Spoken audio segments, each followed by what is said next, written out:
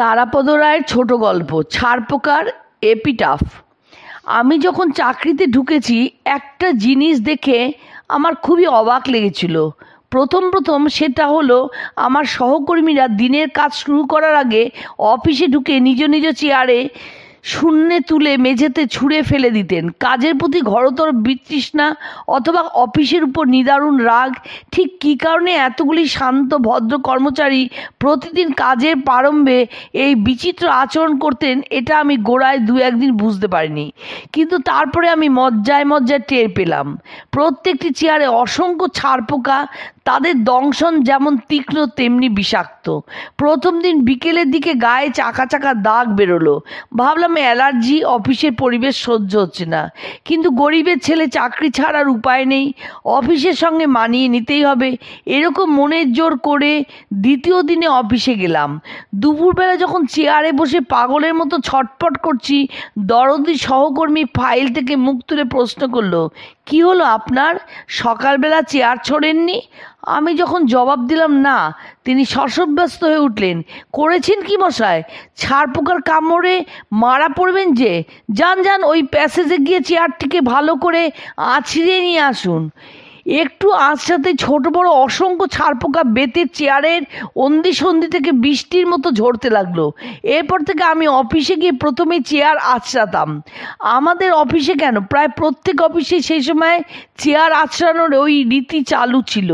Chair সারানো ছিল প্রায় নিয়মিত ঘটনা। অনেক অফিসেই বাঁধা কাঠ মিস্ত্রি ছিল, নতুন চেয়ারও কিনতে হতো হামেশা। এই চেয়ার আঁচড়ানো ব্যাপারটা কিন্তু ছারপোকারা শেষের দিকে চমৎকার বুঝে গিয়েছিল। তখন আর চেয়ার আঁচড়িয়ে ছারপোকা বিশেষ বেরোতো না।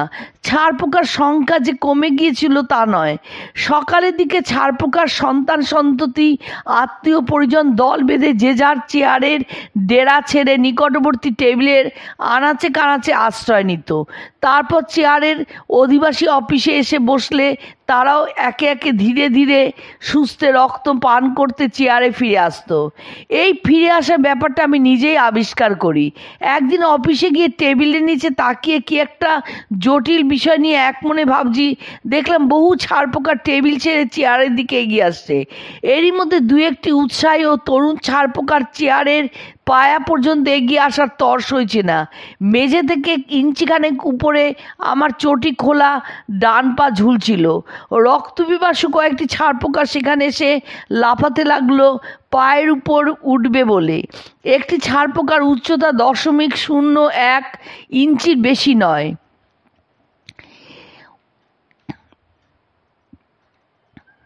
তার পক্ষে 1 ইঞ্চি লাফানো মানে নিজের দৈর্ঘ্যের 100 গুণ উঁচুতে হাই জাম্প দেওয়া। চোখে না দেখলে আমি বিশ্বাস করতাম না। পরপর কয়েকটি ছারপোকা অবলীলাক্রমে 2-1 বার চেষ্টা করেই আমার পায়ের উপর উঠে পড়ল। তখন আমার বয়স কম, কোনো বিষয়ে উৎসাহের ঘাটতি ছিল না। ছারপোকার এই উচ্চ লম্ফ পরায়ণতা নিয়ে আমি অনেকের সঙ্গে, বিশেষ করে 2-1 জন জীববিজ্ঞানীর সঙ্গে আলোচনার চেষ্টা করেছিলাম, কিন্তু তারা আমাকে বিশেষ পাত্তা দেননি। শেষে আমি ছারপোকার উচ্চ লম্ফের বিষয়ে চিঠি লিখে বিখ্যাত গুইনিস বুক অব রেকর্ডসের কর্তৃপক্ষের দৃষ্টি আকর্ষণ করি। তারা অবশ্য সঙ্গে সঙ্গে উত্তর দেন এবং আমাকে অনুরোধ করেন মেঝে থেকে পায়ের মধ্যে শূন্যে লাফরত অবস্থায় একটি ছারপোকার ছবি তুলে পাঠাতে। অফিসের মধ্যে অন্ধকারে টেবিলের নিচে একটি ক্ষুদ্রাতি ক্ষুদ্র কীটের লাফের ছবি নেওয়া আমাদের দেশে এরকম সম্ভব হবে না বলে বুক অব রেকর্ডসে জানালাম। কিন্তু তারা নাকি যাচাই না করে কোনো তথ্য তাদের রেকর্ড বুকে ছাপেন না। তবে তাদের একজন প্রতিনিধি কিছুদিনের মধ্যে উত্তরপ্রদেশের এক গুম্ফ বিলাসীর গোফের দৈর্ঘ্য এবং কলকাতার শহরতলি এক যুবকের হাতের নখের পরিমাপ করতে থাকবে। রেকর্ডস কর্তৃপক্ষ সে কথা জানিয়ে আমাকে তাদের সেই প্রতিনিধির সঙ্গে যথাস্থানে যথাসময়ে যোগাযোগ করতে বলেছিলেন। আমার অবশ্য সেটা করা আর হয়ে ওঠেনি। ফলে আমরাই গাফিলতিতে কলকাতার ছারপোকারা বুক অব রেকর্ডসে যোগ যোগ্যতা থাকা সত্ত্বেও স্থান পেল না। অবশ্য এখন আর সেই সুযোগ নেই, কারণ সেসব ছারপোকা বহুদিন হলো বিদায় নিয়েছে। 50 দশকের শেষ, 60-এর দশকের আরম্ভ, সে ছিল কলকাতার ছারপোকাদের স্বর্ণযুগ। সেই উত্তপ্ত তাম্রবর্ণ, দ্রুত বিচরণশীল, ক্ষিপ্র, ছন্দময়, জিজ্ঞাসু ছারপোকাদের আজকাল আর দেখতেই পাওয়া যায় না। তখন অধিকাংশ লোক হাতে একটা পুরনো খবরের কাগজ নিয়ে ঘুরতেন। যেখানে গিয়ে বসতেন, হাতের পুরনো কাগজটি ভালো করে পেতে তার উপর বসতেন। এতে ছারপোকাদের দ্রুত ও আকস্মিক আক্রমণ কিছুটা প্রতিরোধ হতো।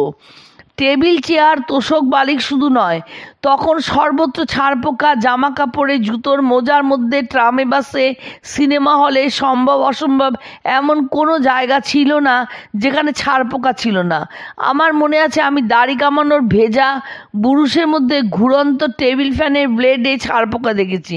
এমনকি ড্রেসিং সার্কেলের ঘনিষ্ঠ সান্নিধ্যে বসে থিয়েটার দেখতে দেখতে পরমা সুন্দরী নায়িকার কানের লতির নিচে 1000 ওয়াটের জোরালো আলোর স্পর্শ দেখেছি। দুটি টুকটুকে ছারপোকা ঘুরছে। শেষ বয়সে একবার ধনরাজ অসামান্য একটি গোল দিয়েছিলেন। খেলা শেষে ইস্টবেঙ্গলের তাঁবুতে ধনরাজের পদপ্রান্তে মন্ত্রমুগ্ধের মতো বসেছিলাম। ধনরাজ হাঁটুর উপর থেকে নিকাপ খুললেন। সেই প্রবল খেলা শেষে তখনও নিকাপের নিচে একটি চমৎকার ছারপোকা। এই সুযোগে একজন অমর রসিকের কথা বলি। মুক্তারামবাবু স্ট্রিটে শিবরাম চক্রবর্তীর মেসে দেখেছি ওর সেই বিখ্যাত তক্তপোষের ফাঁকে। উনি বলতেন, মুক্তারামের তক্তারাম। দেখেছি নূতন চাদরের উপর নূতন চাদর, তার উপরে নূতন চাদর। কোনো চাদর তুলতেন না ছারপোকা বেরিয়ে আসবে বলে।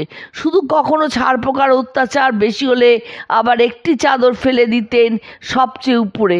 অবশ্য প্রত্যেকটি নতুন চাদর পাতবার আগে চারিদিকে ফিনাইল দিয়ে চাদরের 4 প্রান্ত ভালো করে চুবিয়ে নিতেন, যাতে ছারপোকারা ফিনাইলের দেয়াল লঙ্ঘন করে চাদরের উপর না উঠে আসতে পারে। এই প্রতিষেধক ব্যবস্থা কতটা কার্যকারী ছিল ঈশ্বর জানেন। তিনি সত্যি এটা করতেন কিনা সেটা বলা কঠিন, কিন্তু তিনি আমাকে এইরকমই বুঝিয়েছিলেন। দুঃখের বিষয়, এইসব ছারপোকা যাদের অত্যাচারে গন্তব্যস্থলে পৌঁছানোর আগে লোকেরা ট্রাম থেকে নেমে যেত, সিনেমার ইন্টারভেলের সময় হল থেকে পালিয়ে যেত, অর্ধেক মোগলাই পরোটা খেয়ে রেস্টুরেন্ট থেকে দৌড়ে উঠে যেত, আজকাল প্রায় অন্তর্হিত হয়েছে। কিন্তু কেন? এইবার আমি একটু ঐতিহাসিক তথ্য নিবেদন করব। স্থিতধী পাঠক একবার পিছনের দিকে ফিরে তাকান। মনে করে দেখুন, একদা শ্যামবাজার থেকে কালীঘাট পর্যন্ত বিস্তৃত আসল কলকাতা কোনো মশা ছিল না। তারপর একদিন দলে দলে লাখে লাখে মশার অনুপ্রবেশ ঘটল। তারা প্রথমে মানুষকে, তারপর কুকুর, বিড়াল, গরু, বাছুরকে কামড়াতে লাগলো। তারপর ফলমূল, তরকারি, টিকটিকি, ইঁদুর, অবশেষে ছারপোকাকে আক্রমণ করলো। ছারপোকাকে আক্রমণ করার কারণটা সহজ, তার গায়ে মানুষের তৈরি রক্ত পাচ্ছে। আমি স্বচক্ষে দেখেছি মশারি আনাচে কানাচে, বালিশ, তোশকের নিচে মশা ছারপোকা ধরে শুষে খাচ্ছে, এবং শেষে এই মশার অত্যাচারী কলকাতা ছারপোকা এখন প্রায় নির্বংশ হতে চলেছে। এরপর হয়তো একটা ছারপোকা আর কোথাও দেখতে পাওয়া যাবে না।